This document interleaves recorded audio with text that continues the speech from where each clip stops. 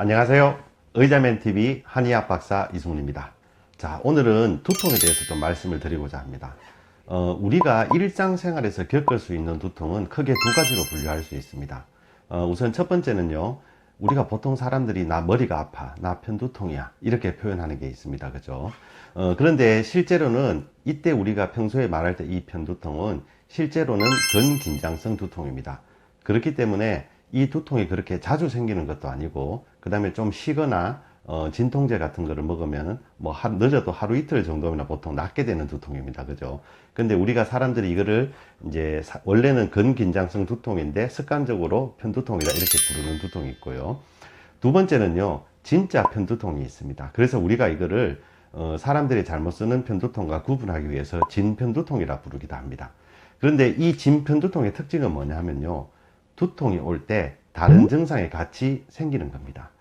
대표적인 것으로 두통이 올 때 눈이나 귀나 소화기 증상이 같이 오게 됩니다. 그래서 두통이 오게 되면은 속이 미식하거나 심하면 토한다는 분도 있고요.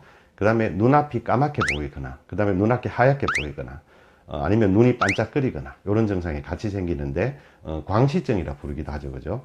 그리고 이제 또 이 귀가 멍하거나 잠깐 두통이 생길 때 귀가 안 들리거나 이런 현상이 생기기도 합니다. 그래서 사람들이 이게 진짜 편두통인데 이제 앞에 말씀드린 근긴장성 두통하고 구분이 안 되니까 요거를 진편두통이라 부르기도 하는데요.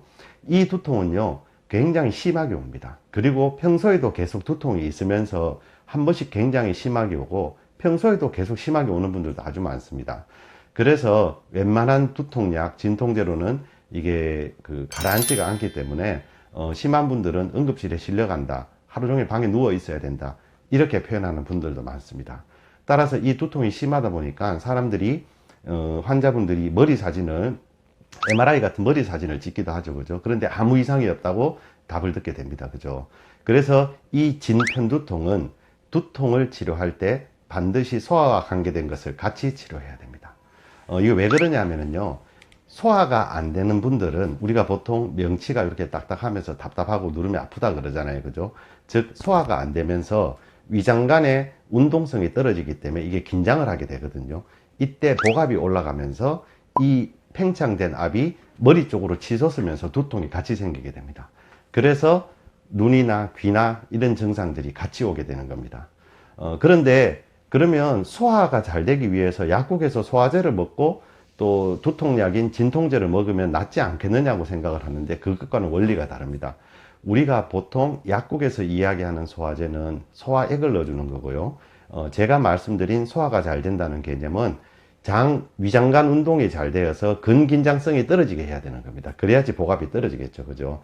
그래서 같은 소화제라고 말을 하지만은, 약국이나 내과에서 주시는 소화제랑 이제 한의원에서 주는 소화제는 개념이 좀 다릅니다.